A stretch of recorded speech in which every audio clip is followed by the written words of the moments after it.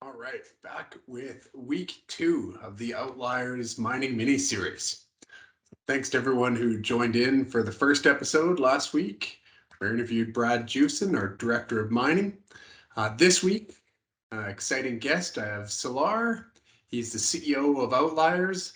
He is always getting people to challenge the way they see problems and look at it with a different mindset. And pains me to say this, but actually, one of the general managers we're working with said that there isn't anyone he knows who understands the in-depths of fleet management systems in the world like Salar does.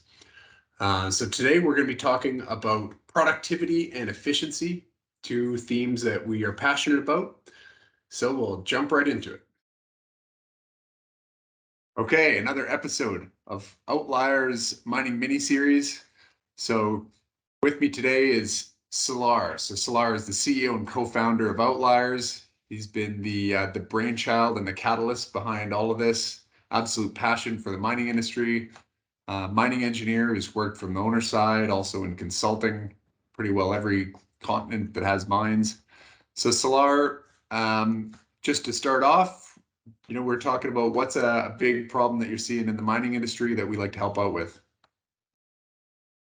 Look, it may seem trivial, but I go into mines and sometimes I come across the fact that people, leadership, don't even understand the difference between productivity and utilization and how that leads to increased tons.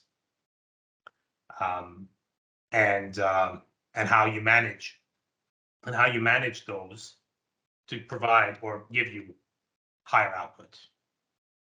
Yeah, right. Okay, so it's kind of a natural thing. A lot of us, people are just brought up through the industry, brought up through the ranks, and maybe didn't have that, formal education or didn't get enough of those insights onto, what really does drive production.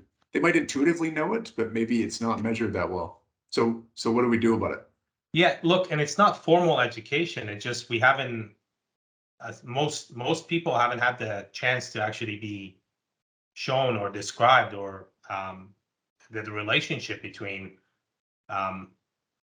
productivity, utilization, availability, and how it produces tons. And it's really simple. The total tons moved is equal to the time that's there in the calendar or in the time that you're measuring, multiplied by your availability, multiplied by your use of availability, and then multiplied by productivity.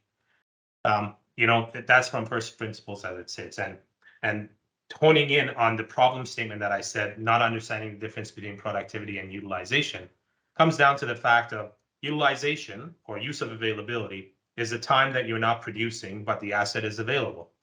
And the things that can go get lump sum in there is bathroom breaks, shift changes, fueling time, and so on and so forth. And those all contribute to losses within a shift.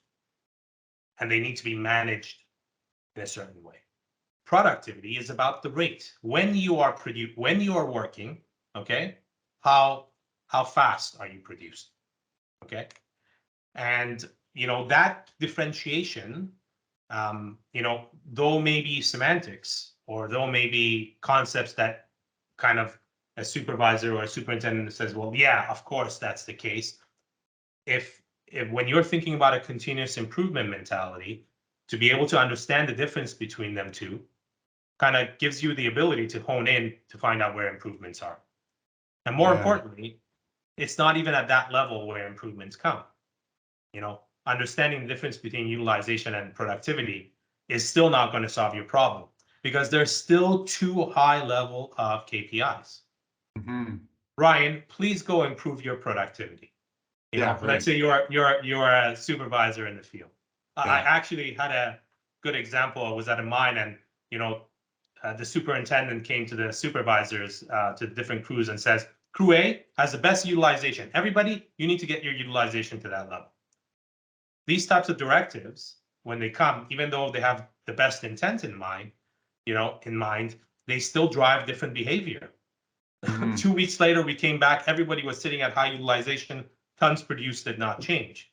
Now, in this case, they were doing funny things besides the point. But the point I'm trying to make is that, let's say I come to you, Ryan, as a supervisor, and I say, please improve your productivity. Mhm. You know, you would have to sit there and scratch your head. What does that really mean? What do I improve? Yeah, Or you can't what? go out in the field with a stopwatch and measure productivity. Yeah, but what you can do is when you understand that productivity is composed of the cycle time of your asset, okay, and the number of tons that it's producing at any given time, then you start saying, oh, I can understand what the components of productivity are. Hmm. And I can understand what impacts productivity the most. In the case of the shovel, it's load time, spot time, and the buckets. So if I know if I'm swinging fast, if I'm filling up that bucket to its maximum capacity, I can be as productive as possible. So that's the real key in making improvements within mines, is that you take measurement down to its lowest level. And remember, lowest level, highest granularity, it needs to be able to be measurable, right? And that's the key part of that. What gets measured gets managed. So, and that's the beauty of improving production, is fixate on something that has the highest impact on either your productivity and your utilization, and automatically, if you improve that, you will have a step change in your total tons produced. Perfect. I think that's a great little sampler, Salar. If people want to reach out to you and find out more, what's the best way to get in hold of you? LinkedIn, follow Yeah. me there, send me a message. More than happy to answer any questions. Great. Thanks so much.